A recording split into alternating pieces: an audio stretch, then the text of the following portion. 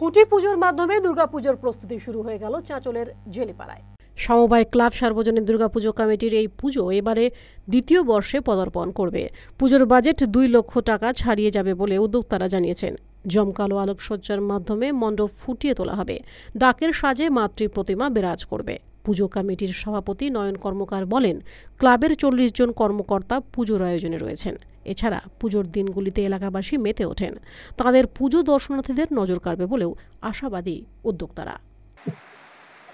আমাদের জেলেপাড়া সমবায় ক্লাবের খুঁটি পূজা সম্পন্ন হলো। এই বছর আমাদের দ্বিতীয় বছর।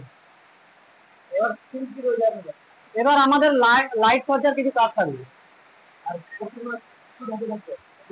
প্রতিমা ঢাকের সাজে থাকবে।